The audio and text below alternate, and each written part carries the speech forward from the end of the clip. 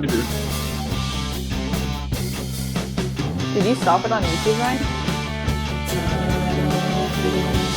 No. You restarted the intro.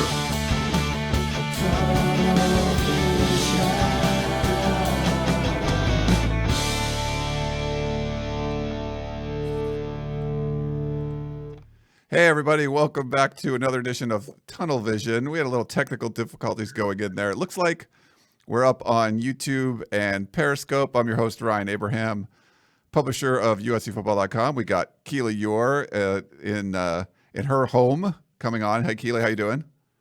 Hello. Glad to be here live and having no problem so far. I didn't want to jinx it. I stopped myself because I hope I don't jinx it. Yeah, it was weird. We were like all connected. And we got Shotgun Spratling as well. Follow him on Twitter at ShotgunSPR. Hello, Shotgun. Hello, guys. Good to see you again. Yeah, it's good to see you guys too. So we started the show, and then for whatever reason, the remote connections to both Keely and Shotgun just went out. I couldn't get them going. The only way I could get them going is to restart the show. For Periscope and for YouTube, it kind of picked it back up. For Facebook, it stopped the feed, so apologize for that. So there'll be a quick, short intro video on the Facebook page, but we'll upload the YouTube video there if you're a Facebook person. So, Keely, I don't know if you want to put on the Facebook comments, let people know, come to YouTube or something. Yeah, we'll do that. I'm getting there. But yeah, so we're going to have great show for you today. We got to talk about USC football recruiting. There's been this, surge in recruiting with the new staff members, and even during the quarantine, seeing a bunch of commitments, and there's more on the way. A lot of 24/7 Sports crystal balls pointing towards USC. So we're going to talk a little bit about that and the football recruiting, because that's kind of the only thing that's going on right now football-wise with no spring football. We keep asking the same question, and there's more talk every week. Will there actually be football in the fall? So we'll talk about that. Dan Weber wrote an interesting piece about the USC football season didn't stop way back in 1918 during the Spanish flu that killed a lot of people in this country. So there was a little interesting column about that. You can check that out on USCFootball.com. And Keely wrote a nice piece on the Rose Bowl reaction from the 2006 Rose Bowl, the national championship game against Texas. I did not rewatch that one, but a lot of people did. A lot of the former players did, and a lot of reactions. So we'll get all your reaction on that and talk about that as well. I want to let people know right now, if you do want to become a member, USCFootball.com, we're getting 50% off annual VIP memberships right now. So check it out. It only lasts till tomorrow. So it's a great deal. There'll be a lot of recruiting information coming up. And once stuff goes back again, we'll have lots of analysis and things like that. So go to USCFootball.com and check that out. And we also have to wish, and I'm sorry, Shotgun, you're going to get, this is part of Keely's present. You get edged out on this one. Happy birthday, Keely. I know you probably can't see it yet. We got a Anaheim Angels cake up on the screen for you. So. Oh, I thank you. Thank you so much. Yeah. Here or here? No, the other side. The first, you had it Oh, right. thank you. This is so great. Yeah. It's funny. You can see on there, it says happy birthday, something that begins with a K, but it's not Keely. I just grabbed it off the internet, but it kind of looks like it could be happy birthday, Keely. Perfect. But, thank you. Keely, happy birthday. Thank you. Kind of sucks to be, quarantine birthday, but. Oh, it's great. Sorry, I just saw the cake. Looks great, Ryan. Thanks for getting it from me on the internet. Yeah, and we blocked out Shotgun for a while, so I thought it's like a present for you. A double win. Yeah. How are the comments on? I'm back here, folks. He's back.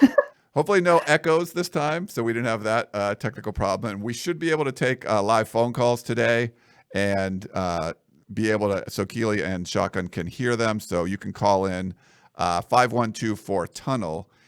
Is the number. If you put your questions on YouTube or Periscope, we should be able to monitor those. And if you want to tweet at us, you can just use hashtag TunnelVision and put up the tweet, and we will be able to show that on the screen. So lots of good stuff. How are you guys doing quarantine-wise? I don't know what day it is. It's day 21 or whatever it is here in California. How are you guys doing? Hi, Keely. It's your birthday, so you get to go first. I'm doing well.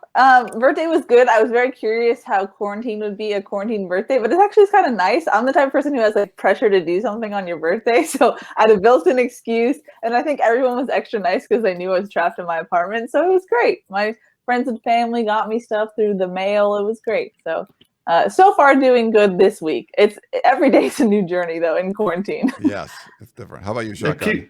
Yeah, Keely had a giant pile of gifts. She's like a king or queen over there. Just when her birthday comes around, everyone sends something from their portion of the kingdom to pay tribute, I guess, or something like that. I'm doing good. I actually have been able to get out and get some 3 to 5 a.m. runs in. So there's no one out there. I don't have to worry about anyone being around that I have to run around or avoid. So that's the way I've been able to get some exercise in and trying to make the most of the situation, obviously. And I've given up on trying to go to bed at a certain time. So now my sleep schedule is just continuing to move forward more and more each day. So I think eventually I'll get back on a normal track for a couple of days and then just push past that as well. Yeah, you're sleeping like you're like a vampire right now. You're sleeping during the day and like staying up all night.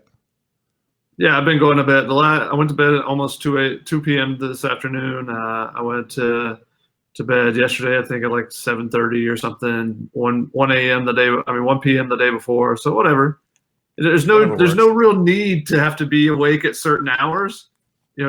My 2 time segments of the week are this show and playing Jeopardy with some friends on Wednesdays. That's about it. I have no other time constraints, so why force myself into social norms? I'm just going to go and be myself and sleep when I need to and be awake the rest of the time.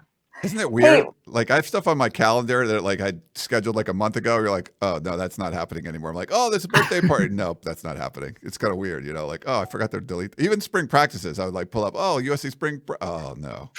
I know. I was supposed to go to the Angels home opener on Friday, and I got a calendar reminder, and I was just like, no, it was so sad. So yeah. Sorry, yeah, that sucks. Well, I've been, you'd be able to. Oh, so go ahead, Keely. What were you gonna say? Oh, I was just gonna say, while we're on the topic of birthdays, I think it's time to wish my fellow April birthday buddy, Mr. Gunn. Isn't it Wednesday, I believe? I think it is. I don't know. I don't know what day of the week it is anymore. So, but it's gonna be his birthday this week, so we should wish him happy birthday as well. Yeah, happy birthday! I don't have a Braves cake or anything. It's but, fine. It's fine. We could get something, but yeah, we have to celebrate. He loves attention, so this is what we can do best for him. He does love attention. Well, happy early birthday, Shotgun. Yeah, it's so bad. Like you go on Facebook and you like wish people happy birthday. Hey, happy birthday, happy birthday. It's like, sorry, it's in the quarantine, and you'll see people do like the drive-bys or the Zoom meetings. Like Zoom is great. I'm either working out or drinking with friends on Zoom, so it's just kind of. Nice. I'm not doing any like real meetings and stuff. And USC is Clay Helton has said how much he enjoys Zoom. The fact that they're able to meet with people and stuff as well. Meet with the players and whatnot. So you're seeing the screen grabs of the Brady Bunch style meetings and whatnot. JD Baker had that for the tight end meeting and stuff. So. Everyone's trying to make the most of it, and they're trying to do what they can. The Pac-12 said that they would allow 2 hours of meeting time for the coaches and stuff for football. So they're trying to make the most of that 2 hours. And kids are obviously still trying to get their workouts and stuff in. And I think nutrition is going to be a big question mark going forward because I've talked with some of the guys who are training for the pro days and the combines, stuff like that, and asked them how they're kind of thinking about those type things. And that was one of the big concerns is, hey, can we get enough food? Because, kind of the grocery stores have been rated initially. Now it's a little bit better, obviously, but, are there going to be some kids on the team that can't afford to get, they've been given kind of nutrition plans, for this time and for the off season already. Are they going to be able to afford the food that they need to put in their body to try to continue to meet certain weight goals or to get down to certain weights? Are they going to be able to eat as healthy as they would want them to be on campus? I think that's going to be a big challenge for not just USC but for schools all across the country, just with some of the kids, and whether or not it's luckily in LA, there's grocery stores around every corner, but for some of the kids that are out of state, is there a grocery store right down the street in Florida for Jacob Lichtenstein, or some of the kids in different parts of the country? I think those are going to be questions going forward that have to be kind of monitored by the coaches as well. Yeah, and it's interesting you bring that up, Shotgun, because both Chris Trevino and I talked to separate team sources who brought up the same thing. What I was hearing was that the biggest learning curve right now for players that are at their homes are making your own meals, being responsible for managing what you eat, how you eat, making it yourself, because they're used to showing up at Lil Galen and they're getting their meals handed to them. And so that's not the case anymore. So it's being on track of that, making sure you're feeding yourself as much as you need to be if you're still working out and whatnot. So that's something that I was told was kind of a problem right now that they're trying to figure out, is how do you make sure that these players on their own are doing what they need to do, and something that they're not really used to doing. So it's definitely a learning curve. It sounds like we're going to be in this for a while, so they're going to have some time to figure it out. But it was something that definitely came up in the team sourcing world. Yeah. And and also, whose parents can actually cook good food that you want to eat all the time. Not everybody's Scott Rodriguez out there, cooking up the tri-tip and whatnot. Some people got mama just ain't that good of a cook, so they're trying to figure out what's the best way that they can, maybe they're watching some Food Network shows or something and trying to give lessons to their parents or whatnot, or just taking over the cooking themselves. So it's kind of a thing that it's humorous to joke about, but it's true. Like if you start eating the same thing over and over, you get tired of it really quickly. And can you kind of mix it up? Is someone creative enough in the kitchen to make things a little bit different for you? So the same chicken, you're not having the same chicken dish, 5 times, 6 times a week. You're mixing it up and doing some different things. Yeah, I know you guys. I didn't ask you guys to talk about food, but you did, and I actually put a pic. Since I'm producing the show now, since I'm in the studio, and Keely doesn't, I have to get control over things. I could put pictures of her birthday cake, but I could also put a picture of what I made for dinner today, because I wanted to make. Scott, you mentioned Scott Rodriguez. He's always on Twitter. We love him. Always showing all the steaks and stuff that he's grilling and smoking and stuff. And Aaron Osmetz, who we've had on this show, he's talking about, lifting heavy, eating thick. I grilled a tomahawk steak. So it's like this huge, I'll take it off the screen there. This huge, long, bone. It's like enormous. So it looks like this tomahawk thing, which, shotgun, from the tomahawk chop with the Atlanta Braves. But it's amazing. It's basically this huge ribeye steak. So there's a lot of fat and stuff involved. And you have to do a reverse sear on it. So you put it off the coals or off the in the heat of the grill, but not directly over the heat. You heat it up to 115 degrees. So I had like a thermometer in there, like a monitor in my, my room, so you could get it going.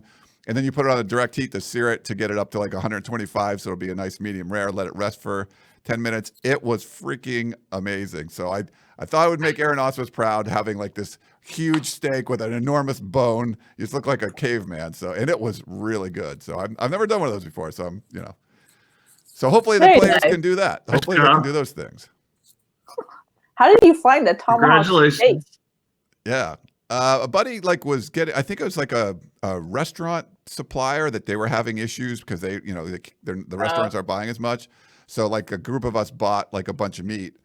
And so we got a whole bunch of different steaks, but I got one of those ribeyes because they're like $30 or something, one of those things. But it was, it was really good. So nice. Yeah. So hopefully you guys like that. But that was, we got to show you what we're doing during the quarantine. I made cookies, delivering them all around. And I do have one other public service message for everybody. So all you guys, stay home. We want everyone to be safe. We want you to stay home.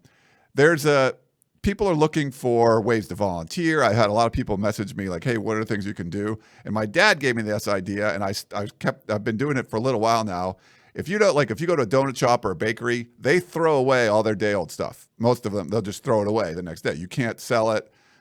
You can go in there and maybe pay them $1 for a bunch of it or something.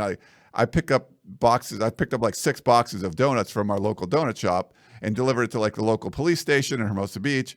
There's a medical center in Manhattan Beach I brought some to, and then I brought some to the Meals on Wheels place where I deliver food, Salvation Army. And then this morning I brought 3 boxes to the Little Company of Mary emergency room in Torrance, because they have a lot of people and stuff coming in there, and they love it. So if you just want to do something, I mean, it's free. You just go pick up day-old donuts or bakery baked goods from somewhere, and you can deliver it to healthcare workers or, any kind of officers out there, anyone that would need, or food banks, things like that. So just a little something you could do. If you want to do something, that's something that's pretty easy. So my dad was like, hey, this is great.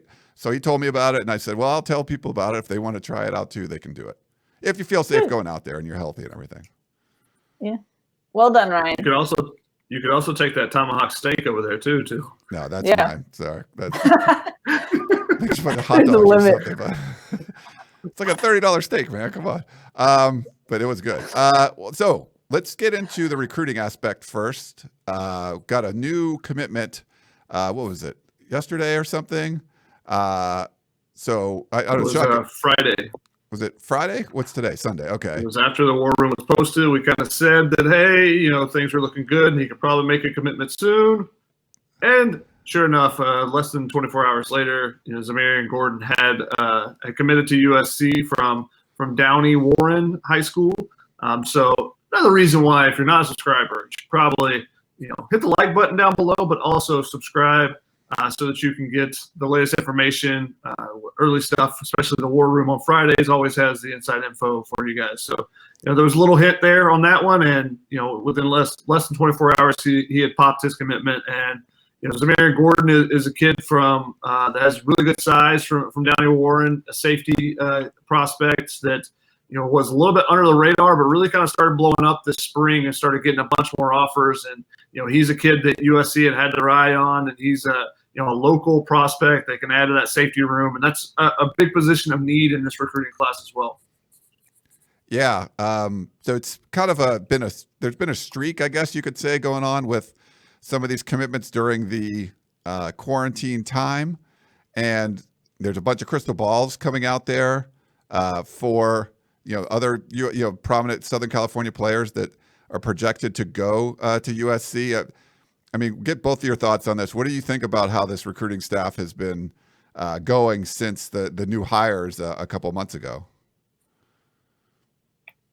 Yeah, I mean, you can tell that the momentum is really picking up. Actually, with the latest commitment, USC jumped to #1 in the Pac-12 over Oregon and now 11th nationally. And you can tell that there's kind of momentum building. At least that's what it feels like on Twitter.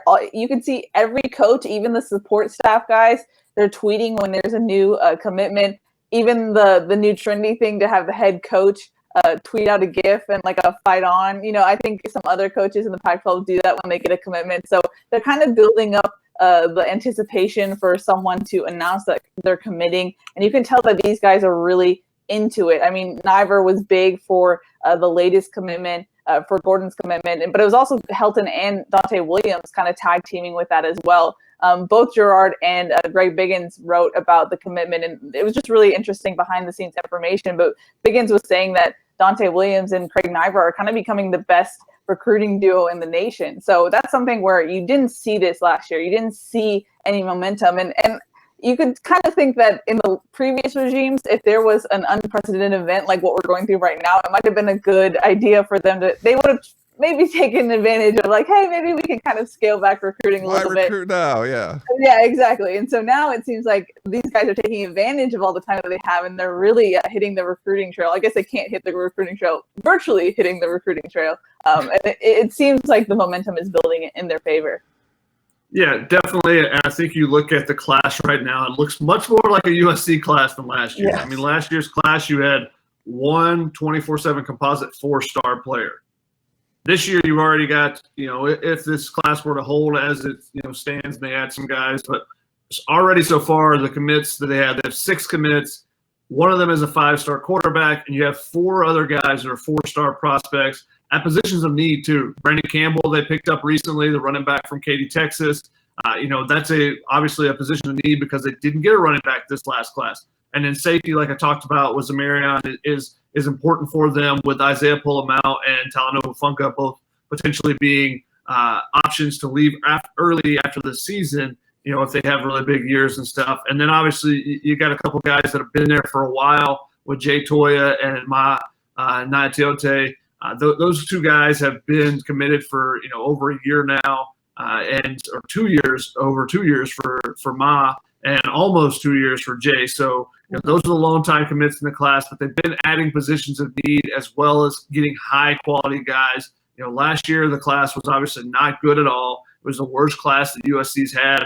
You had one guy in the top 350, I think it was, in the 24/7 composite. And this class so far already, I think, has 3 or 4 of those guys. So, they're doing a much better job. You're seeing the efforts that they put in and how that they're working as units. When you talk to some of the players, some of the recruits that they're looking at, talk about the constant communication, talk about how the new staff and there's more energy and stuff. And I think it's really paying off so far. And it doesn't seem like that run's going to slow down necessarily anytime soon. Yeah. Yeah, it's a good run for USC recruiting right now. We'll see if they're able to kind of keep that momentum going. One of the other topics, maybe we'll talk about the 2006 Rose Bowl, and then we'll kind of get into the season stuff. Okay. Yeah. So, what did you guys both rewatch it? Did you see, or what's? So when it started happening, I texted Chris Trevino. I was like, should I watch this? Like, should we do content off of this? And he was like, no, we're fine. And then Twitter started blowing up about it. And he was like, yes, we need to do it. So then I was actually like on a walk. So I came back. I caught like the last 5 minutes, which is the best part. So that was fine. But I hadn't rewatched the game since I was like 10. So it was crazy for me to like kind of see what I remembered and what I didn't. And it was crazy that little Keely was watching it, and I was like, no, I get to cover this program. It was just kind of a trippy thing. But yeah, it was a cool thing just because everyone was bored, and you could tell that they were just on Twitter like, okay, we'll rewatch the 2006 game. So but I wrote an article off of everyone's reactions, and some of the players who were even in that game commented on it as well, which was interesting. Yeah, it's fun. I'll put up the Vince Young picture, like USC tweeted out, like Vince Young knees down. I think that was in the first quarter. His knee is down, but he pitches the ball for a touchdown after the play. So, Lendell was always tweeting that out, like, his knee's down, his knee's down. I think Lendell was a big he was out there. He was one of the big people were, like, talking about him. I mean, he had a monster game. You think about the 4th and 2 thing, but outside of that, he just had a monster game. Yeah, and he actually got some extra love with this game because people were like, we didn't really appreciate Lendale as much as we did Reggie. So if you looked at his Twitter feed, he was retweeting everyone who was giving him some love. So that was kind of like the one positive, since it's a painful game for USC fans. It was the one positive is that Lendale White kind of got the more credit than maybe he hadn't gotten before. Yeah. I still have not rewatched any games during the quarantine yet. I've not actually gone down that route yet. If I do, then you'll see them in my Twitter feed because any game I watch, I end up tweeting. So it might be a 1987 random NBA game, depending on how long the quarantine goes. But you never, the Denver Nuggets are playing the Washington Bullets or something. Who knows? But I have not rewatched that game since it aired initially either. So it was interesting seeing all the interactions and how many people were actually watching it in real time, watching this replay in real time, and how many people were commenting. And I think it's interesting how some of these events some of these rewatches have become events because there's no new content on for a lot of things. So it's not like I'll just go watch this other thing that's on instead. A lot of people are tuning in, and it's becoming that community event still, even if it's something that's old and something people have seen before. You've seen some of the basketball games. People are like, oh yeah, I forgot about this. And I think Lendell, the love he got on social media was a good example of this. It's like, oh yeah, I forgot about this portion of the game or when this happened, or and for USC fans, I know that they probably didn't forget many of the bad things from that game, but maybe if they did make the effort to rewatch it, because I know some people still won't. Some people are like, I will never rewatch that game. My roommate had to leave. I was like, I need to watch this for my job. He was like, I'm gone. I cannot do this for my mental health. Yeah, I got a message from Taylor Estes, who does cover. She's from Southern California, went to Mission Viejo High School, but she covers the Texas Longhorns for Horns 24/7. And I forget what it was. She was going to get some commentary from somebody that was one of the coaches in the game or something, and she asked me like, "Would you want to run this on your site?" And I'm like, no, they're not going to like that. And she's like, really? I'm like, no, they don't want to talk about that game. So no. She goes, that's a different There's some breed, people on the staff like Gavin Morris says he will never rewatch that game. Which shows you that Gavin's been a USC fan for a long time, long before necessarily he was on the staff. But there's some people that don't want to watch it. But for those USC fans that did brave it, hopefully they got to remember some of the positives from it that maybe they've forgotten because of all the heartache in the game. Maybe they just rewatched until the final 5 minutes when Keely was picking up. Maybe that was the way they did it. Like, okay, this is a good game. This is a good game. Okay, I'm going to close this off right now. I got something else I need to do for the last 5 minutes. We'll just see how the game plays out. I'm sure I'll hear about it in the future. Yeah, I think Lawrence Jackson was in that boat, right, Keely? Yeah, he was. He came in the last minute or so. It was like, damn it, and he was out there. He was on the field. So I was really curious, Ryan. What was it like covering that game for you? yeah, I mean, it's still one of the greatest games I've ever seen. It was nutty, and there was, talking to some of the players and stuff afterwards. I think I talked to like Sam Baker, and then we've talked to Leinart we've had on the show. We've talked to guys like that. I mean, there was definitely a sense of invincibility for USC. Probably overconfidence. Reggie Bush trying to lateral the ball to like a walk on. On a like you look back on that and you're like, does it really matter if you're just pounding people? It's what they were mostly doing, but. They had some that streak was at 34 straight games. I mean, it was pretty amazing. Like. You have to take it into context. Like they've won 34 straight leading up to that game. It's like they felt pretty invincible of what was going on, and to win the title game the previous year, 55 whatever 19 whatever the heck that was.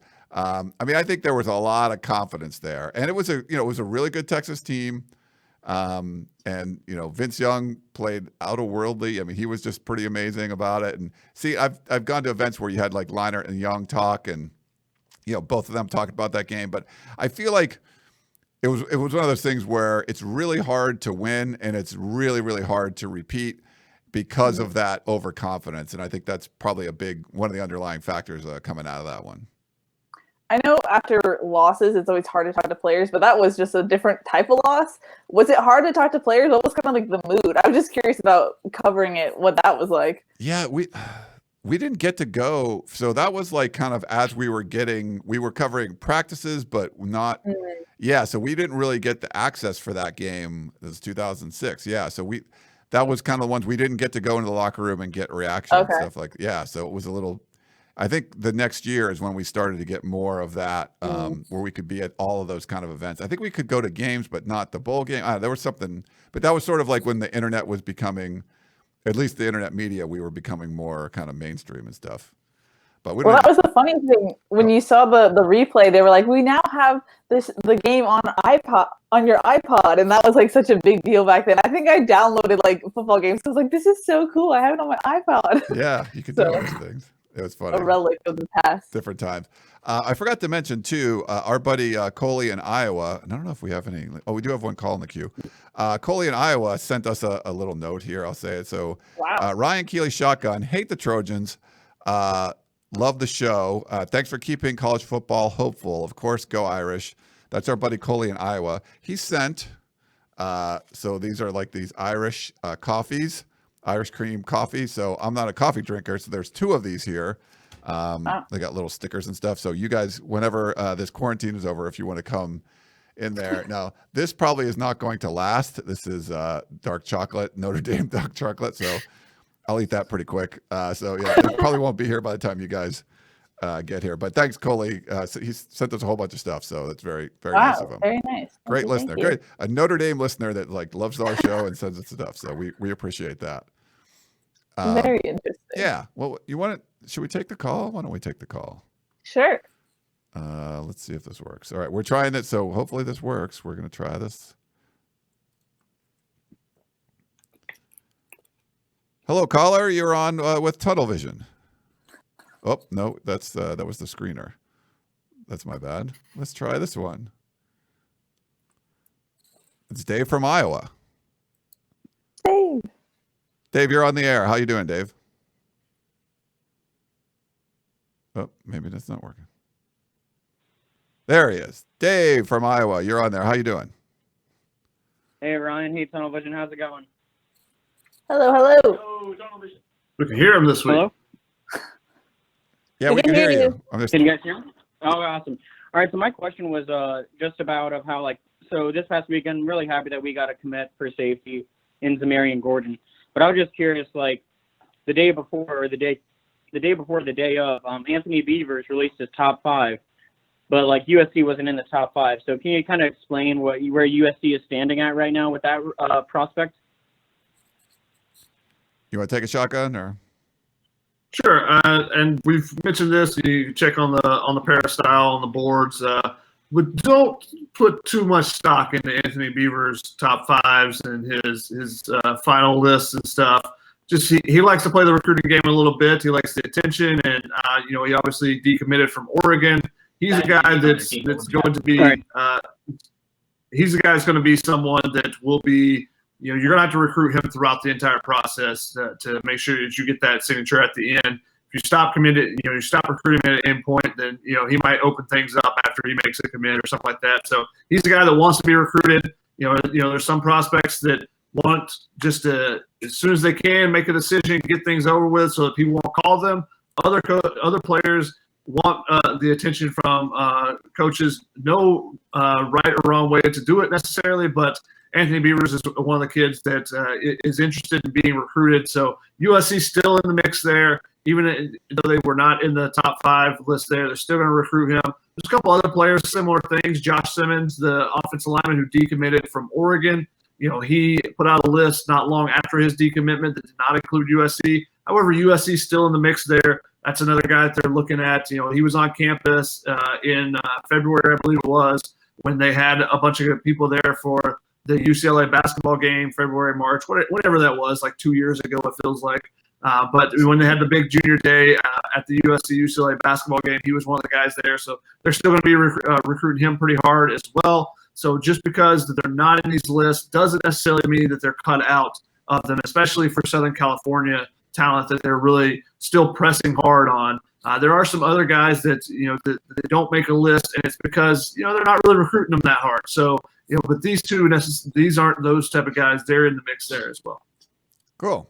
Thanks, Dave, for that one. And I think with the crystal balls are pointing Beavers towards USC anyway, right? Or some of them are.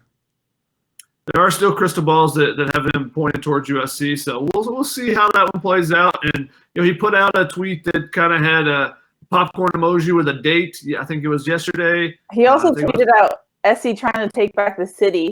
Fire emojis. I'm feeling it. So interesting. After Zamarian Gordon committed as well, so they need guys in the back of that secondary.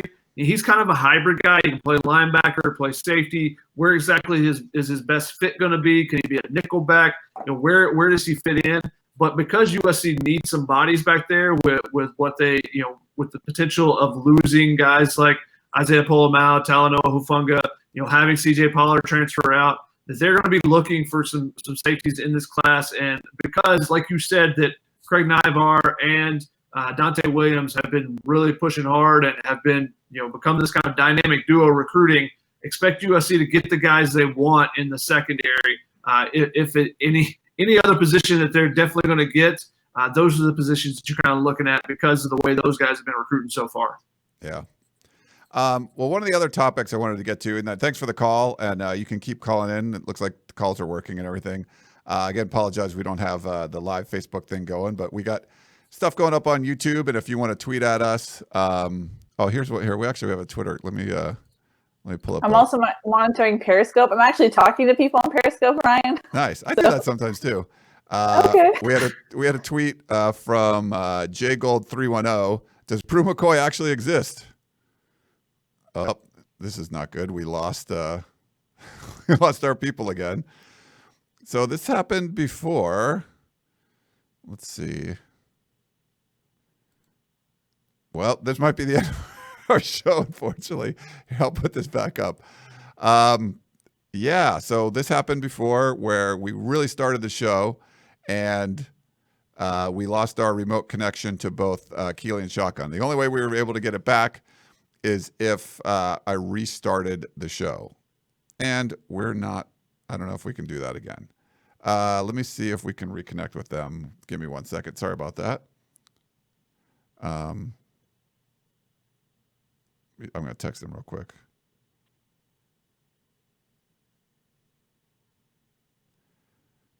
See, these are problems we have during the quarantine. We got to do these things remotely. We got Hermosa Beach virus from so Ryan is a magician. No, I didn't want to make these people go away. So hi. I can put another one up there too.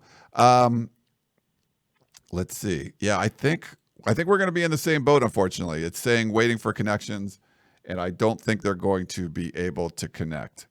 So we might just have to call the show, unfortunately, which sucks. We didn't really get to take. We got one phone call, and we got to take a few questions. But well, let me see. I'll try to restart, and we were able to come back online under the same, the same thing. So let me see if we can do that again. I'll try to stop the stream and start it again, and then we'll do that. So I'm going to stop the stream for a little bit. Hopefully we'll be able to come back and come back on. I think it's on live on YouTube. It's live on Periscope. We were able to rejoin that after I restarted. So I'll try to get them back on and come back in just a couple minutes. So again, should have done a wardrobe change. All right. I think we're back here streaming again on Tunnel Vision. So at least we can restart it and come back. We got Keely and Shotgun back. Again, we're doing this during the coronavirus quarantine, and we are usually in the same studio. We don't have these kind of issues connecting remotely, but lately, today at least, we've had the issues. And once Keely and Shotgun go away, there's no way for me to bring them back, unfortunately, until I restart the show. But the good thing is on YouTube and Periscope, it'll just kind of flush back into it. So I guess we get little breaks on the show and then point forward. So thanks for hanging in there with us. I know we lost a bunch of viewers, but hopefully you guys can come back and keep it rolling on. So I think the question I brought up from Twitter was, does Brew McCoy really exist? I'll try to pull it back up again. He does exist. I feel like bringing it up might be too much for. Yeah, maybe we don't want to bring it up. Maybe we just go simple for the rest of the show. Yeah, we'll try to go simple there. All right. But yes, so that was from J Gold 310. Does Brew McCoy really exist? We wanted to see him this spring. That would have been nice. We did see him for one practice, though. Yeah, okay. Yeah, and he did look good in that one practice. He and Chris Steele were going at it back and forth in the one-on-one drills and stuff. And he's going to be a player. He's going to be a guy that's going to make an impact whenever he can get on the field, whenever the team can get on the field. He's back in shape. The things that kept him out last year, from the transfer to the illness, all those things seem to be in his past. Moving forward, hopefully, when the team can get back on the field, you're going to see Brew McCoy making plays. I expect him to be a big playmaker. I think the kid is special. I think he's one of those special type of talents that when you see him, even in their first or second practice as a freshman, when you see a Juju, you see an Eure, you go, something different there, something a little different there. With him as well, I think the way that he catches the ball, even with contested, the very first throw against Chris Steele in spring camp, Chris Steele was all over him. It was a little slant pass all over him. Should have been a pass interference potentially. Still catches the ball, even with basically Chris Steele with his arms around him in a bear hug. Still makes the catch. He's able to make those type of catches with contact. Doesn't have to have a ton of separation. Still makes the catches. And then, if they get creative, I would love to see him coming off the edge as well in a little special package. Coming off being a terror off the end as a defensive end.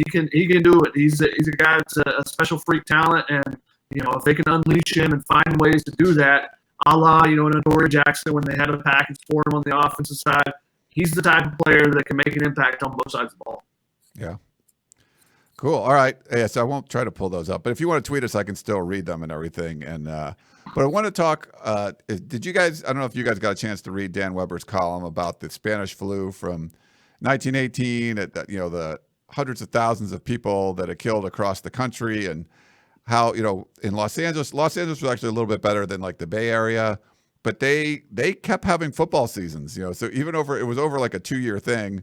They played, I think, like 5 games in 1918, and a lot of them they waited till later on in the year and kind of moved things around. They really were getting creative, and they didn't have all the kind of technology that we have right now. Probably wasn't a good idea for the things that they were doing. A lot of people were getting sick. I think Alicia D'Artola did one for Raid of Troy talking about that a couple weeks ago from the Spanish. So I think they did a podcast episode on it, and all these college football players end up getting sick. And college football was nowhere near as big as it is now as it was then. But they kept playing on, and that's the big question. And there was a meeting with the White House and all the commissioners of the major sports across the country, not college sports, but professional sports. What are some of the options? And there's optimism that they could get the football season going. They're going to have the NFL draft, but they won't do it in Vegas. I don't know, what do you guys? We got months away, and I think this is going to be a key month. April, to see how many cases we get and how if there's a big spike or all that stuff. But are you guys leaning one way or the other? Like, I think the football season is going to be, it's going to happen, or no? I think it's too early to tell still. I think that one thing that to keep an eye on is South Korea. They've started reintroducing. People are, going out and doing normal activities once again. There's lines going to restaurants. They're worried if there's going to be a second wave, and how, if there is, how do they have to then react to it? I think that because they're kind of have been the best case scenario so far. Especially compared to the U.S., since they did have cases on the same day, and the fact that they've been able to flatten the curve a lot quicker. I think that they're an interesting case to look at. And then also just looking at how quickly the vaccines are done, how quickly, that something can be created that can start being mass-produced and doing different things like that. I think there's still a lot of question marks, and I think it all goes back to starting with testing. If the U.S. can ramp up testing enough to where they can, be able to narrow it down when someone gets it really quickly, and then be able to trace it back and quarantine and do all those things that some other countries have done a little bit better. I think that's a big thing. And until you get some of those steps done, that I don't know that we're going to be looking at something that's 5 months in the future. I think with South Korea, what they did, it took them 2 months from their initial to when they're starting to flatten the curve. So I think that's a best case scenario. So once you see that USC can ramp up the testing and have that available, then I think you're looking at a 1.5 a year to 1.5 month to 2 month kind of period. So if they can get something done by June or July, and you feel like you're in a better position, then I think it's a possibility. But then I think it's hard to don't listen to the politicians, don't listen to Gavin Newsom, don't listen to the White House, don't listen to either side of it. Pay attention to what the doctors say, and they're going to be the ones that kind of lead this, because you're already hearing the commissioners and stuff say we're going to have to pay attention to what the doctors say more than what the politicians, because the politicians, hey, they want people to be able to get back out and do normal things. Everyone wants that, but is it going to be safe? Or are we going to see a big spike again if we try to, get people out back in the workforce and doing all the normal things that we would like to be doing? That's the hard thing to say. So I think we're still a little too early to determine whether or not a college football season is going to be viable. Yeah. Shotgun said it all. He said everything I was going to say. So I don't even have to talk right now. Yeah, I don't know if you guys watch a lot of news stuff. Sometimes it's hard. Sometimes I don't want to watch it, and you do. Yeah. And, I don't like it when people play politics and it's like a lot of blame. It's like, I think at this point, everyone's got to be on the same team. Like, we got to get this working. If you're a Republican, Democrat, whatever, we just need to get this, without blaming people and, there's this fault, blah, blah, blah. It's just like, let's just fix this, because I want to have a damn college football season, and we got to make sure we're doing everything right. And that means if it means everyone's got to stay at home now, stay at home now and do what you need to do to fix this. So I'm hopeful. I'm kind of more of an optimistic kind of guy. We'll see. But I think we'll know a lot more by the end of April, just because where we're going to be as far as cases and things like that. Us here in California, I think we're doing a pretty good job. With the, I think California was the first state to do the stay-at-home order, right? I believe so. San Francisco, yeah. But as far as the state, I think the same day, like Los Angeles County did, or Mayor Garcetti did for LA, but then Gavin Newsom came on like right after. I think we did a show. Shotgun, I think you and I did a show that day. Mm-hmm. Yeah, you did. And we did that. So we got Shotgun going Matrixy out every once in a while. I know. So we don't need to see my picture. It's fine. There's no shortage of problems. We did get Shotgun better internet for sure, because Keely seems fine. Whatever. I kicked my roommates off the internet. That's why they know not to stream during television. Oh, nice. They're like streaming like lots of things. Yeah. Nice. He's back. I think one thing that was interesting talking about college football and just the politics of COVID-19 was, if you guys saw that I think it was the governor from Alabama went out and said, hey, if you guys want to attend college football games, we need to all work on this together.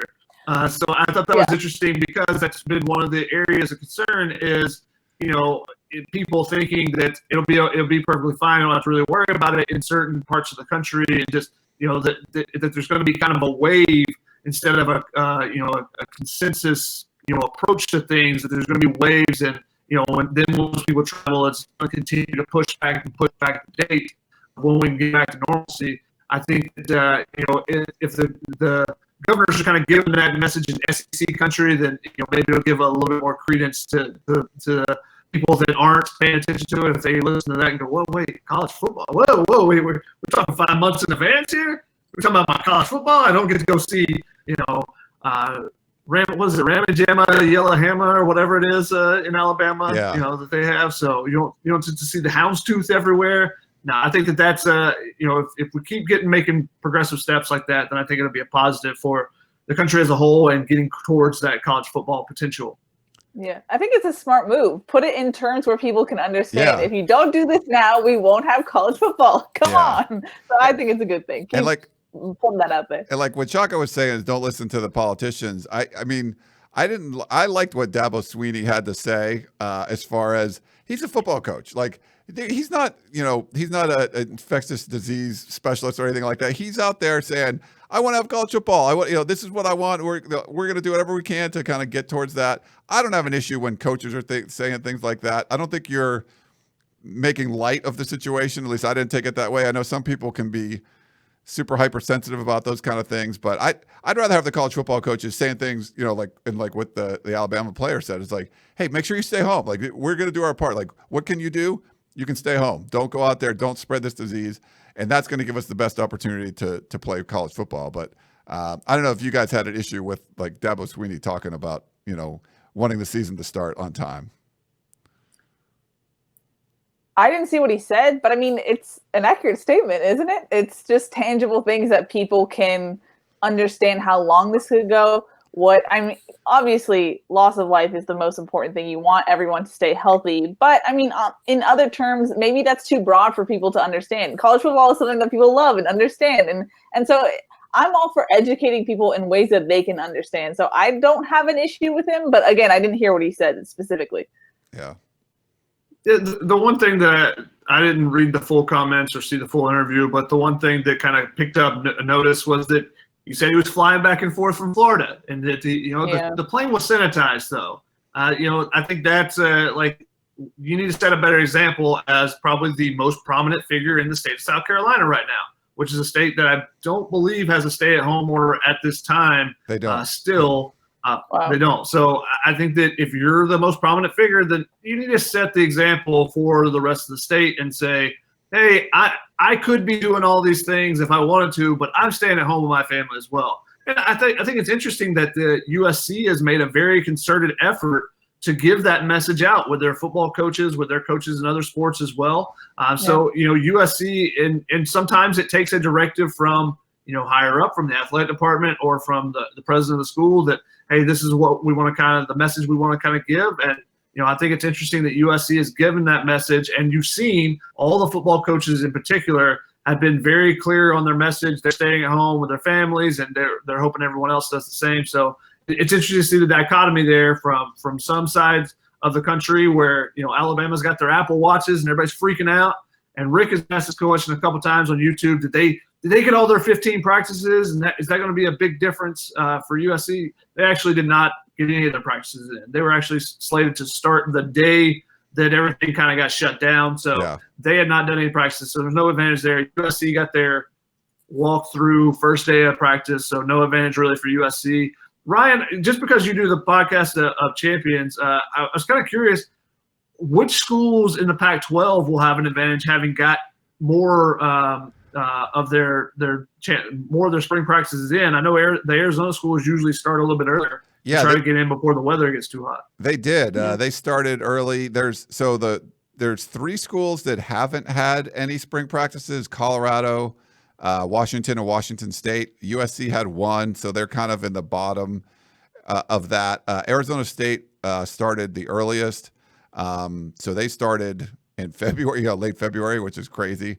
So I think they got 8 or 9 or something like that. I mean, so there's definitely there's kind of a wide range. They started, some of them were going to start late. I think Washington was going to start late, but cram them all into like 3.5 weeks. And obviously that didn't happen. And so Arizona State was more of a start early and get it in pretty quickly. Some of them were coming out. A lot of them had like a week or two of practice and they were taking a week off. And then, so I think the majority, there's like 3, 4, 5, 6 practices for a bunch of the Pac-12 teams and then going forward. But you mentioned the Apple Watches. We actually have a call from our buddy who sent us the coffee and the chocolate. So we have Cory on the line. I will bring him up. Cory, thanks for calling in. How you doing, man? I'm doing tremendous. Thanks for having me. And shotgun, Keely, there is more chocolate on the way. So if Ryan doesn't give it to you, he's just hoarding it, just to let you know. Thank you. I won't be hoarding. I'll be my eating question, it. Yeah. My question is, and you're right, Nick Saban and Alabama passing out watches, and they're practicing with them. They're, I guess, overseeing the players. In your opinion, is this really just a loophole they found? Or do you think they're truly on the up and up? Or do you think they're doing something a bit underhanded here, which would be surprising for the SEC? And I'll take your thoughts off air. Thanks for your time. Thanks, Cory. Yeah, so if you didn't hear, it was they apparently Alabama handed out Apple Watches to all the players so you can kind of monitor what they're doing through workouts. There's specific rules in each conference. I'm not as familiar with exactly what the SEC allows you to do. I think there were some questions. The NCAA got involved. There's some questions on if you could, give everyone like this technology so they could go work out. How much are you allowed to monitor what they're doing and things like that? It seems like you're pushing the envelope a little bit of what's going on. I think when you're talking about voluntary workouts, now these are crazy circumstances, and maybe it's a smart thing to do, or maybe it's a health benefit for the players. But I'm not sure where. I think that it's one of those things where you have to be flexible. The NCAA has to be flexible, and they have to come up with like, look, you can do this, you can monitor, you could do Zoom things, but you can't like give everyone like $500 watches because we're not going to allow that. Whatever they say, but I think we have to get something quick from the NCAA on things like this. I think it's interesting because you look at it and say, okay, is a Fitbit allowed? Do we just want to track and make sure that we know how much you guys are working out and being able to make sure it's a health concern? If you could sell it that way, say, hey, we need to monitor you to make sure that you're not overexerting yourself so that, we don't get you injured or anything like that. Or are you saying, okay, everyone needs to we have this specific workout. Here's the workout plan. We got you guys. And at 2 p.m., everyone works out. I want to make sure, I want to see your heart rates up or whatever. How are those Apple Watches, those Fitbits being used? I think that's a lot different. And that's where there's that, there's that gray area, but that's where there's some leeway that maybe Alabama could get away with something like this. But I think it's an interesting thing. And when I first heard it, I was like, what's the big deal? What does it matter? But then depending on how they are using it, I could see where it could be an advantage. It could be something where it's something using technology to a benefit that's basically giving them more hours with the players, even if it's virtual hours, because there's been a limit on the amount of virtual hours that conferences are allowing coaches to have. And the way that they've been kind of regulating this seems odd to me. Like we talked about this on the Peristyle podcast, but the fact that you can't do a live workout, you can't. I know, Ryan, you've been doing it, but the players can't do that. That just seems odd to me. But then the fact that you could do like Apple Watches, it just seems like it's a little like a blindfolded pick and choose at this point. So to me, we talked about, Ryan, the flexibility needed on behalf of the NCAA, which I know is not their strong suit.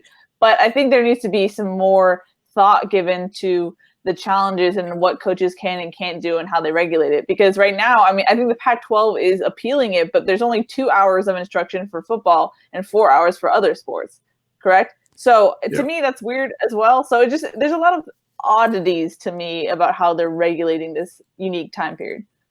Yeah, and the NCAA has they've kind of passed the buck at this point. You look at them allowing spring sports.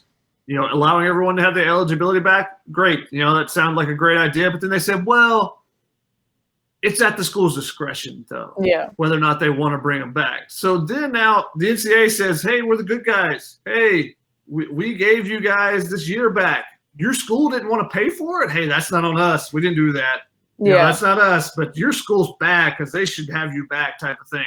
So they really passed the buck in that situation. And there's certain sports, and baseball, in the spring, baseball recruiting is the most ridiculous thing in all of athletics to me, because you have 11.7 scholarships for 27 players on a 35-man roster. You're dealing with the MLB draft that can take players away straight out of high school. You're dealing with juniors or redshirt sophomores, or even old enough sophomores that can go into the MLB draft. Are they good enough? Are they not good enough? Are we going to have them? Do we give their money away to freshmen that are coming in? So USC is looking at that. I think they have 14 draft-eligible players in this coming up draft, after this season for baseball. And the draft's going to be shortened down to either 5 to 10 rounds. And so now, if you have 14 draft-eligible guys, and maybe just throwing out a number, but say 10 of them were likely going to be guys that would be drafted and would be making a decision in the past, now at least half those guys aren't. Maybe you have 2 or 3 that are going to be the top 5 round guys. Now you got, I don't know how many USC has signed for this class coming in, but say you have 10 guys there. Now you're adding a 10 extra. There's a lot of complications that go into that, particularly on the baseball side, just because of how difficult it is with the scholarship money. But you're doing that same thing with several sports in the spring, where you're saying, all right, well, we have 5 guys that would have been graduating, but now they're coming back. Well, we had 5 freshmen that are coming in. Who's going to get that playing time? Is there there's going to be more roster spots based on seniors, but it's also a big divide there. And this is similar with the spring football. Who has been practicing already, is that if they're going to be able to push the roster up by however many seniors you have. So if you go from 35 to, you have 4 seniors, now you have 39. Well, what if another school had 12 seniors? So now all of a sudden they get a roster size that's 47 versus your 39. How is there not a disparity there? And again, it's going to come down to financials for a lot of programs. And, baseball is probably the most prominent because it's spring. But, hey, let's say the same thing happens to the fall season and you do the same thing with football. Yeah. Now suddenly you have a team that has 15 seniors and they're able to get an extra 15 spots for an extra year. So now you have a team that has 100 scholarship players versus a team that has 85.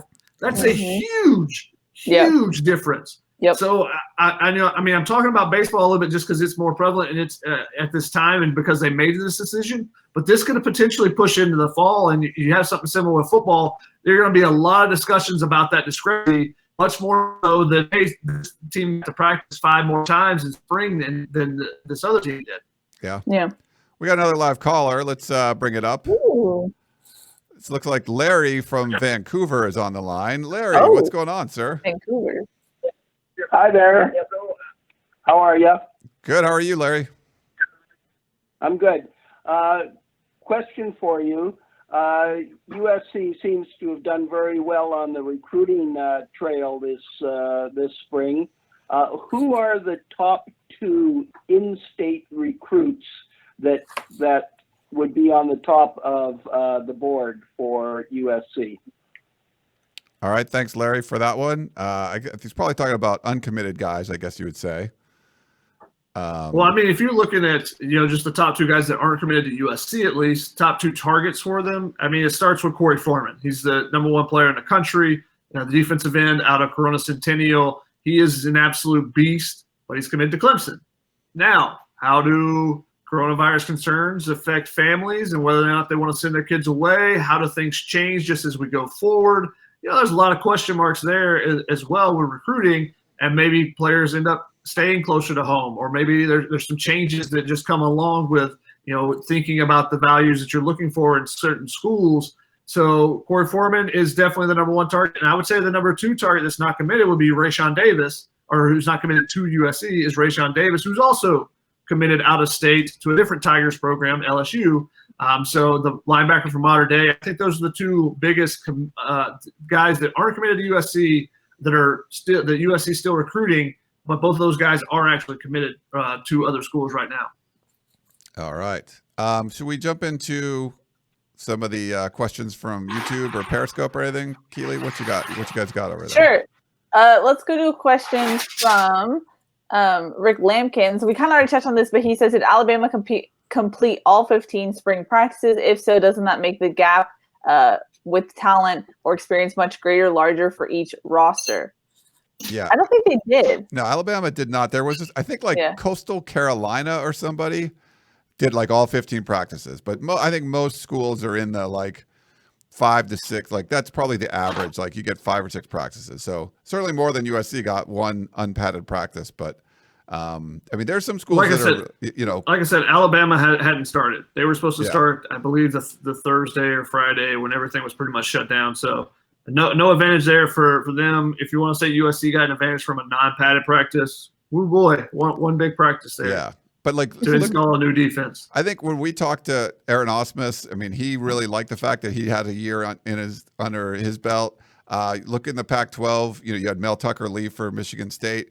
Now Carl Durrell comes in there, and he's got to he didn't get to start spring practice. He didn't get any spring practices. Now they retained their strength coach, so Colorado has that advantage that at least the strength coach has a relationship with the players, but you're bringing in new everything as far as like schemes go, and you have zero time with them. So I think that's where the big disadvantage is going to be.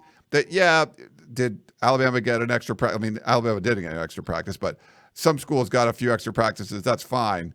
But the real advantage is if you have your system in place, like you have for USC's offense, at least you had that already. Now, the defense didn't get that same opportunity, so you could argue on that side of the ball, USC has a disadvantage. But for schools with new head coaches that all new schemes are coming in and you have no practice time whatsoever, I think that's where the big disadvantages are going to be. Yeah, I will say though, talking to that team source that told me about the food issues, the source also said that there's a lot of stress on the team on the defensive side of the ball for guys who really wanted to use this spring to make a good impression on the new defensive coaches, guys who are kind of on the fringe, you know, lower on the depth chart. They were really eyeing this spring as an opportunity, as a fresh start to make a name for themselves, kind of get higher on the depth chart. And now that that's not the case, and now 2020 is kind of up in the air, there's a lot of stress and pressure on certain players. And so they're kind of feeling it. So it's not only a disadvantage for coaches, new coaches, whatnot, it's a disadvantage for USC players who were hoping to make an impression on the new coaches as well. Yeah. Yeah, because one of the things is going to be if they're not able to practice, then the coaches, you know, or if you have a shortened amount of practice, you're going to look back at that old game tape, you know, see what they did last year and try to evaluate that as much as you can versus, you know, what you could have seen during the spring with your own eyes and type thing. So if you weren't in the rotation last year, then it's that much more difficult to make an impression. Yep. Yeah. We have a question from Crank who says, can't USC sign the players up with a meal prep company? I think that's an interesting idea there. I don't know what the NCAA would allow there because they're supposed to allow them to still be able to get whatever they would be able to get on campus. So if you were able to get tutoring, then you should be able to get online tutoring. If you were able to get, if you have a meal plan, then I think they can provide food. It's kind of been a gray area. I haven't really seen a definitive answer on that.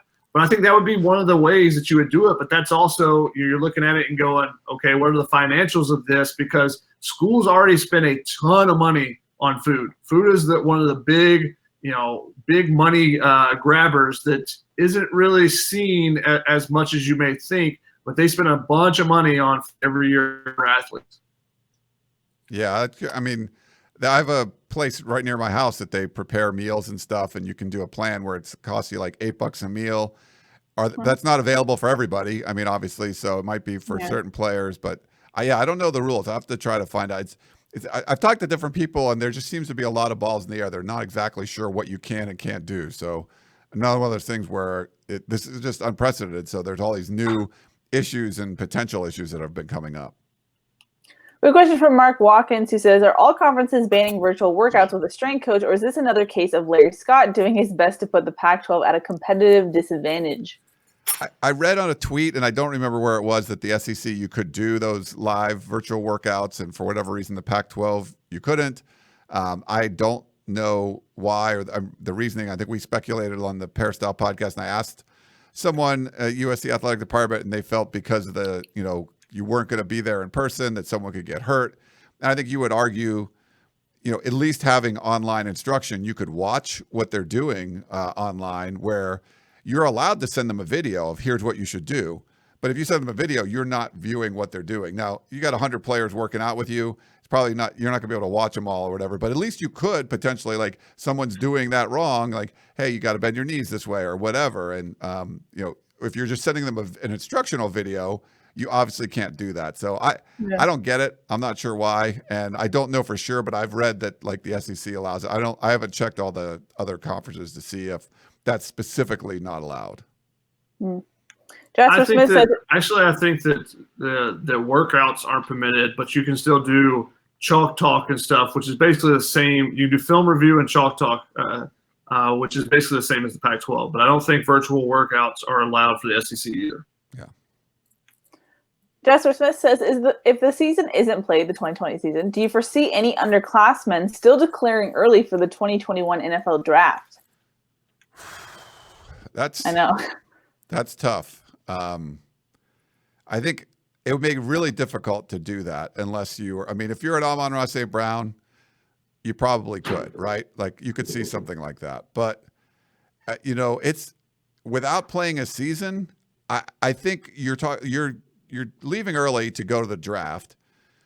And there's going to be an issue in this draft because they're going to draft a lot of players that they didn't get to do personal workouts with, pro days with, and things like that. I know a lot of the NFL teams, you're kind of risk averse. Are you really going to take a risk on a sophomore that you didn't get to see play his junior season and you hadn't seen play football for well over a year, and you're going to take a chance drafting that player high?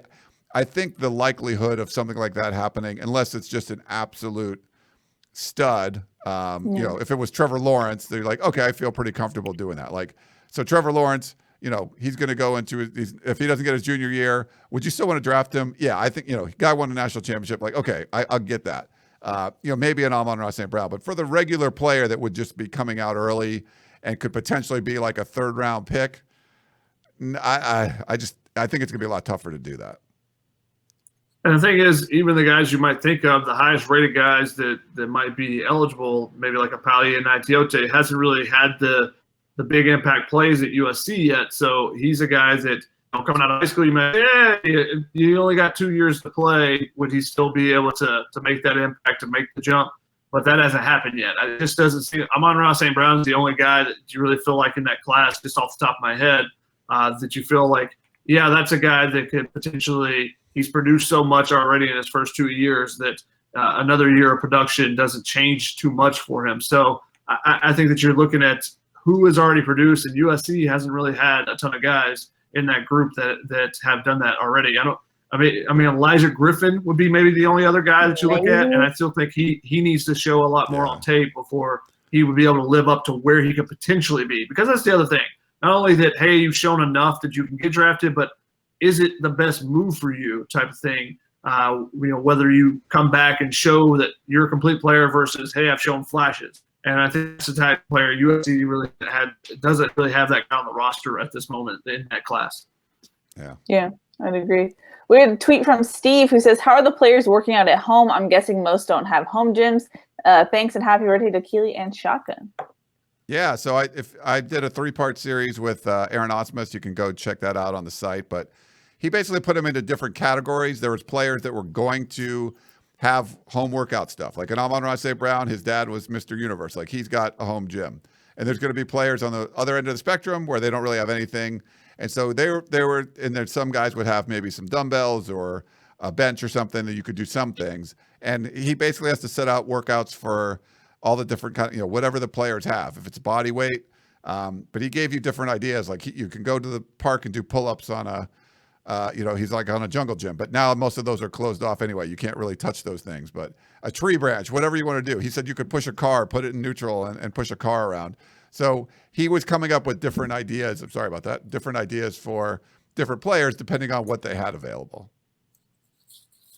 In that sense, I believe someone on YouTube asked which player has surprised you the most on social media with their workouts. I'm going to go with Justin Dedich. He actually took the Aaron Office advice, pushing a car. It's crazy. And I feel like I was telling Chris Trevino, each day, Justin Dedich looks more angry and more swole. Just like by the time we're done on this quarantine, he's going to just be like the Hulk or something. I don't know. So I would go with Justin Dedich. He did the mohawk too, right? He did the mohawk cut and everything. Yeah. Yeah. So that's my answer. I haven't seen a ton of there. Have you guys been watching? Have you seen a ton of the workouts there? I think some of the guys do them, but I'm not seeing like a whole. Keep an eye out. Yeah. Yeah, I haven't been like actively searching them out or anything, but Jacob Lichtenstein's a guy that's caught my eye. He looks to be in great physical condition. So if the calf injury is healed for him, then I think he's a guy, just because of where he was at going into the injury and where, kind of expected him to be last year, then I think he could be a guy that's not being talked about, but because, the way he looks physically, it looks like he's in the best shape he's been in, that he could be a guy to make an immediate impact with the new coaching staff. So how do your wife, Shotgun? She's cleaning up in the kitchen or something over there. Ryan, do we still want some more rapid fire? Yeah, let's do some more rapid fire. Okay. Crank also said, who/what do you attribute the recruiting streak to? And then he had a snarky comment. He said, I don't think it can be Helton. I mean, I think it's just the new staff, right? Yeah, staff is just doing a better job. I mean, there's more recruiters on the staff now than there were before. They're very active. You've also expanded the recruiting support team. So I think all that stuff mattered.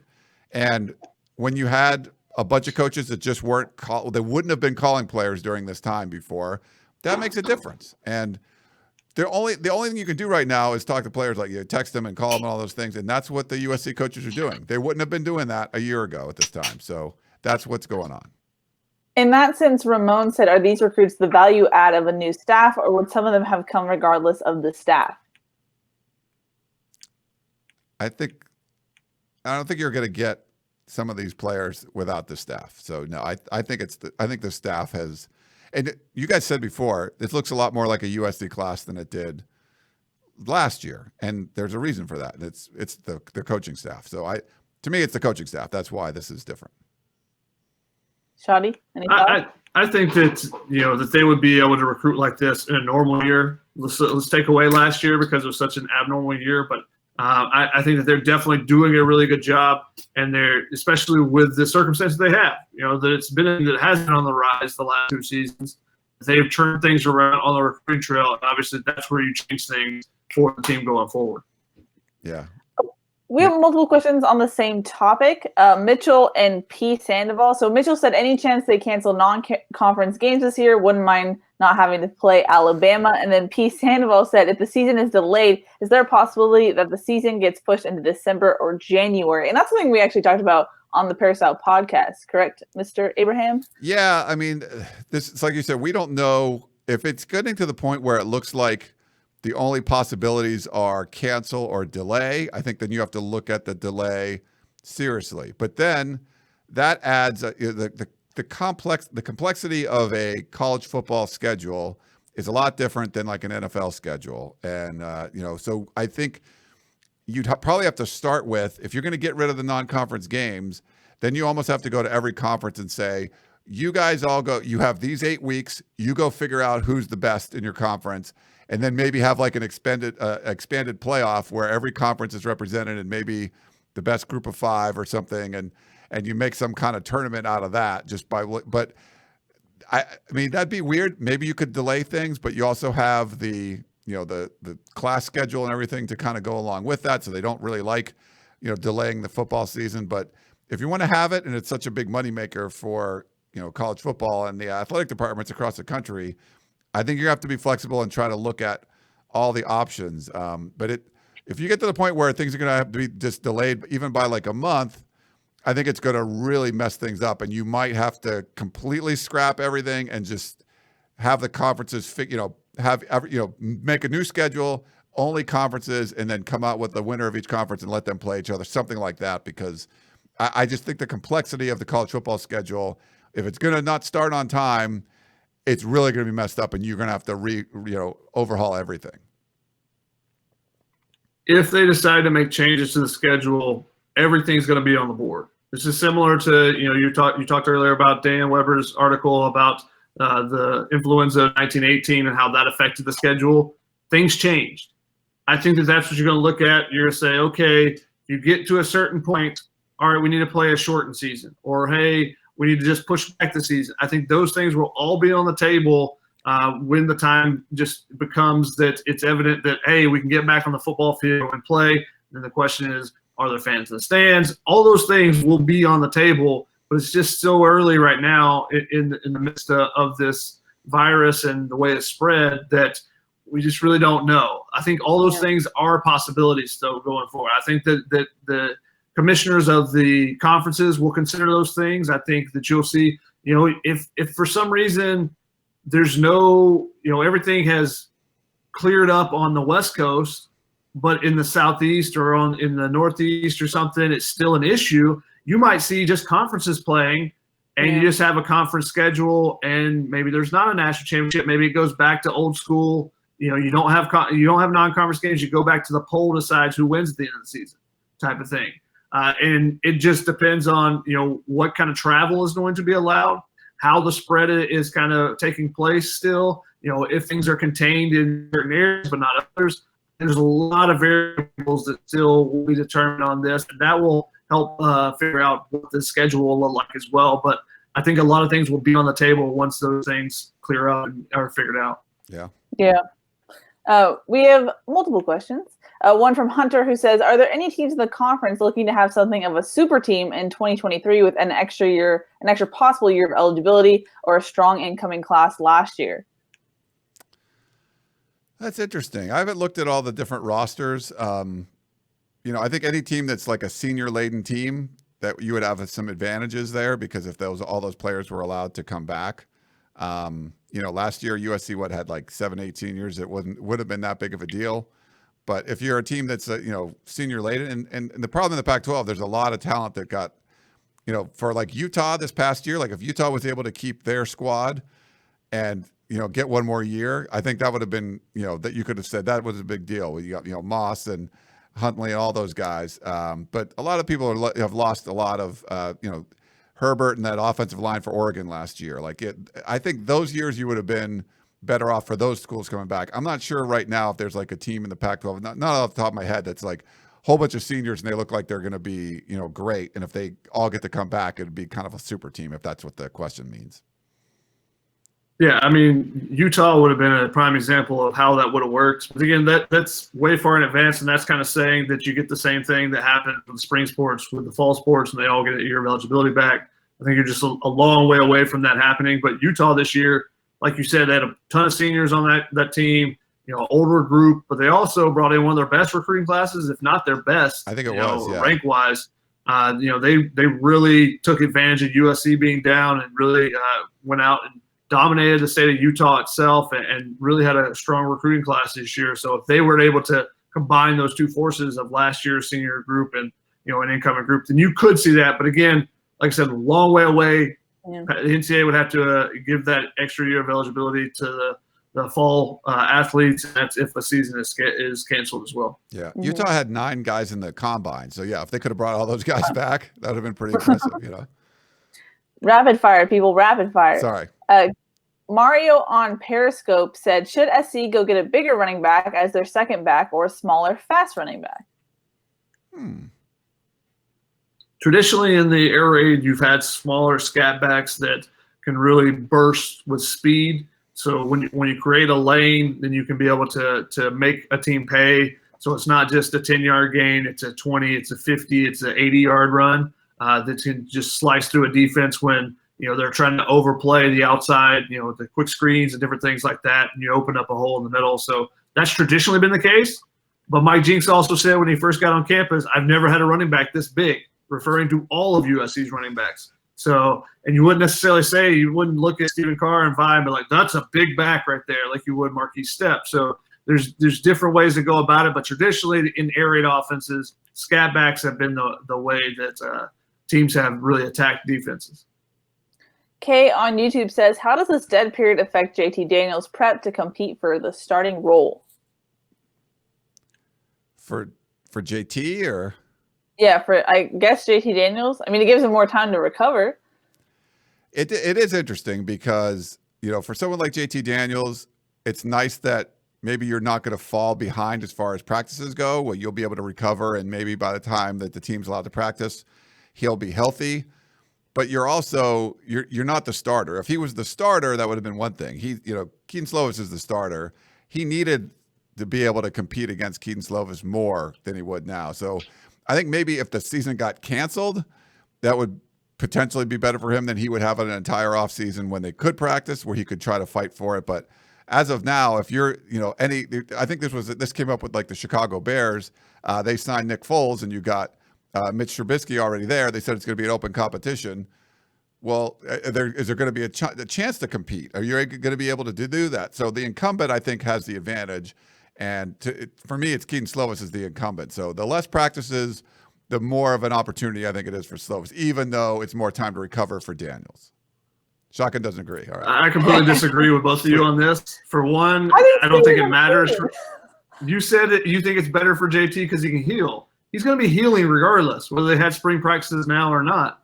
It's not like he was just going to, what? Well, okay. Go ahead. Given USC's history with guys having a pitch count, you never know what's going to happen if spring happened. And JT Daniels is very competitive. He might have pushed his knee farther than he should have. I'm just saying, USC doesn't have a great track record. This is so that he will not have any leg injuries on campus or anything like that. That's my only point. So the most he was going to be able to do this spring was going to be 7-on-7. Or throwing to receivers, throwing routes. You know what he's going to do in the backyard? He's going to throw to his dad. He's going to throw routes. So I don't think there's any difference there. So I disagree with you, Keely. And then Ryan, I also disagree with you because this helps him because Keaton Slovis can't get better in the offense. JT Daniels wasn't going to be able to take full team snaps. He wasn't going to be able to do much this spring. So why does it hurt him? It's not like the Nick Foles situation is not the same because those guys are both healthy and would be competing. JT Daniels would be falling behind because he can't practice the same rate that Keaton Slovis can in the spring. So this actually, I think, helps him stay closer to Keaton Slovis than if there was a spring practice going on. Keaton Slovis was completely healthy. Yeah, I would just say that the less opportunities to do anything before the season starts, the more likely you're going to stick with what got you there. I think you just need more time.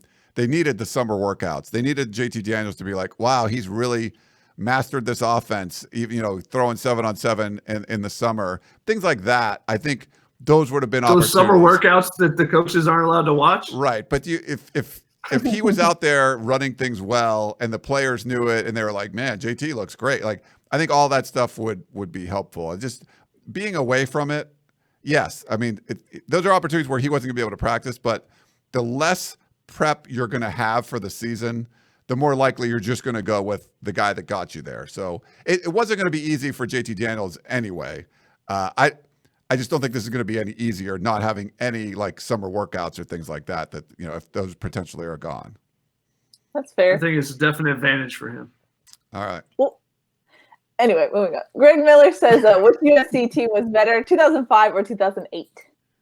I think someone put in there 2005 offense was definitely better and the 2008 defense was definitely better. I would go with that. But overall, I'd still say I think 2005 was a better team. But interesting. Shotgun, I defer to Ryan on this. I defer to the guy who covered the team. Yeah, as do I. I was in 5th grade. There's a question specifically for Shotgun from OG King 1 who says, assuming USC gets Zaire Williams to commit and they do not make a deep run in the NCAA tournament, is it time for a new basketball coach? That's a lot of assumptions. That's a big hypothetical that one of the top players in the country is going to choose USC to begin with, and then if they're going to be bad, not make a run in the tournament. Like there's so many variables and factors that would go into that. If the basketball season is even played, because if we get to a football season, it doesn't get played. We're going to get to play basketball. A lot of things still going on there, and so that's way too early to try to digest and figure out.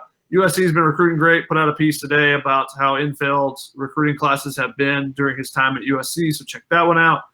But this offseason, they've done really good, bringing in 3 grad transfers to redevelop that roster with as many guys as they were losing. They still got a couple roster spots available. If you read the War Room, looking for Zaire Williams and Josh Christopher are two guys USC still trying to recruit, still trying to get on campus in the fall, and we'll see what they can do as far as when those commitments are made, who they end up choosing.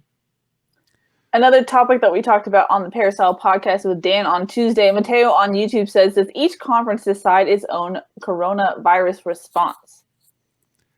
Yeah, we've seen that. We've seen the conferences all have different.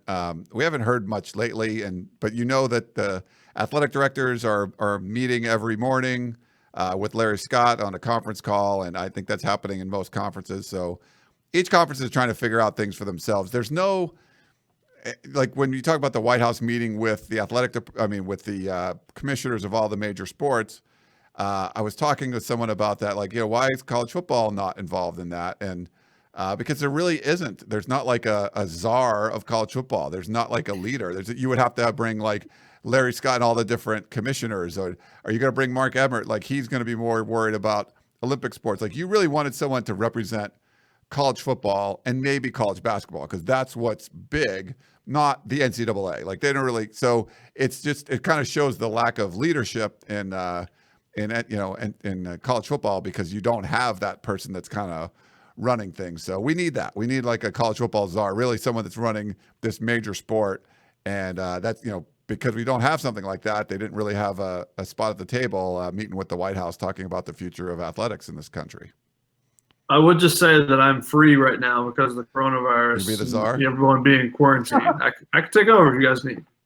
How are you supposed to be the life coach though, Shotgun? Hey, I can do. I've always had multiple jobs. Okay, Yeah. That's very true. Big T says, I thought the NCAA instituted a dead period on recruiting until the 15th, but I see a lot of movement in recruiting for both football and basketball. What are the coaches able to actually do? Yeah. So with a dead period, it just means no one is allowed to visit campus. Coaches are allowed to make off-campus visits. So you have no in-home visits, you have no stopping by schools, and you have no one coming to campus for visits during a dead period. Obviously, at this point, no one can do that anyways. So it just makes sense for everything to be a dead period. But that's the difference there. Specifically, coaches can reach out and still do electronic messaging with players and stuff. So you see that a lot more, which is why there's still recruiting going on. They can reach out, they can tweet to them, and do different things like that. I believe during a dead period, I would have to check on this, that coaches aren't allowed to call players themselves, but players can call coaches at any time. So I think that's the difference between a quiet period and a dead period there, but I would have to check that one again. So sorry for not having that answer off the top of my head. But the biggest difference is just no visits, in-person contact. And then 2 more rapid fire. They're off-topic ones. Okay. Mark Watkins says, did Carol Baskin kill her husband? I Yes. haven't seen Tiger King, so I can't respond. Tiger King was awesome. And yes, she definitely killed him. Like, if you ever watch it, it's just like you're waiting for a good guy. You want someone to be good. Like, oh, this guy, oh, he seems like he's cool. Like, oh, he's like the up and coming tiger trader guy, and he like there's other guys big. And like, oh wow, he's terrible. And then you're like, oh, the other trader, the big trader, he's really good. Like, no man, he's awful. Oh, she's the one that's trying to save the tiger. No, she's terrible. Like they're all terrible. Like it's the weirdest show. But she definitely killed her husband, 100%.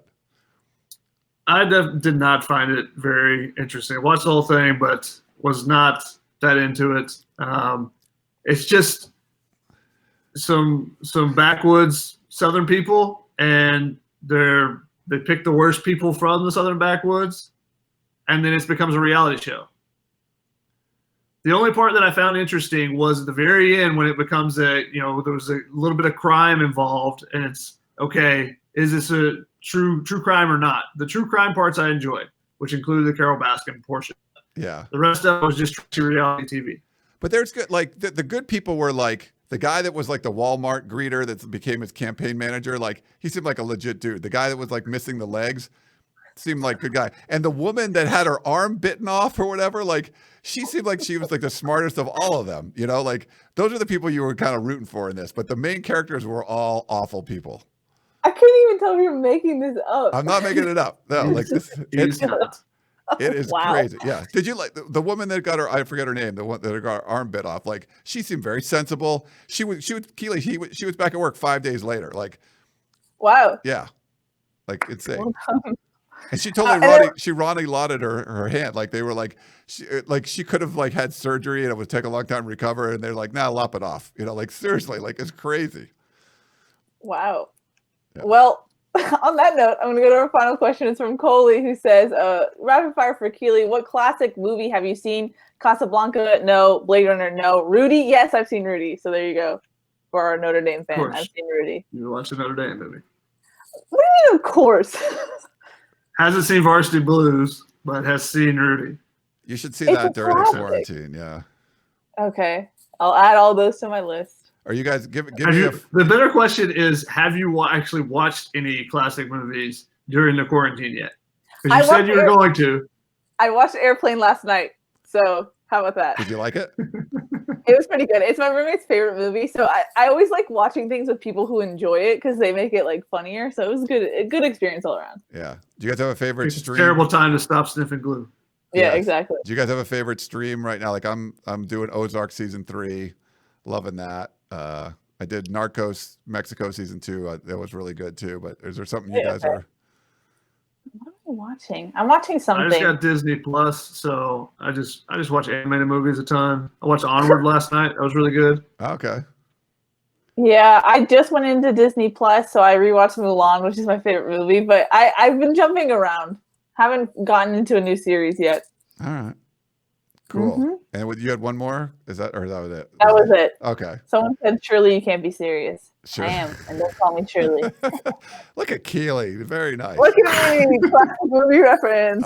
I'm impressed. All right. Well, sorry for the again the technical issues. We'll try to work on those, but I don't know why. We lost Keely and Shotgun for a little while, but we got them back. So we got the streams back. For Facebook users, we'll upload the video there and put it up for you guys. But thanks everyone for tuning in. Keely, Shotgun, everyone out there, be safe. Stay home. Just let's knock this thing out. Get it over with. Get college football back. So do your part, which means don't spread the virus. So that's all we want to do. So hope you guys enjoyed this edition of Tunnel Vision. Thanks for tuning in, and we will talk to you next time.